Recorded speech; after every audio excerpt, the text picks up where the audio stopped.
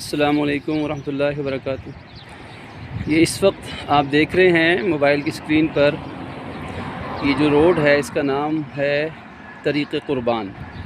اسی روڈ کے اوپر اکثر و بیشتر پاکستانی حجاج کرام کو جو بلڈنگز اور رہائش گاہیں ملی ہیں وہ اسی روڈ پر واقع ہیں۔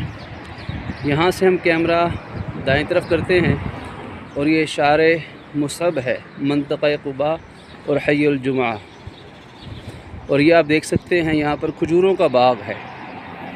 یہ باغ کہلاتا ہے وادی قربان۔ یہاں چند یہ باغ ہیں اور ان باغوں کے اندر اس وقت عجوہ کھجور لگی ہوئی ہے ماشاءاللہ، اور پکنے کے لیے بالکل تیار ہے۔ تقریباً 15 سے 20 دن لگیں گے تو یہ مدینہ طیبہ کی عجوہ کھجور انشاءاللہ تیار ہو جائے گی۔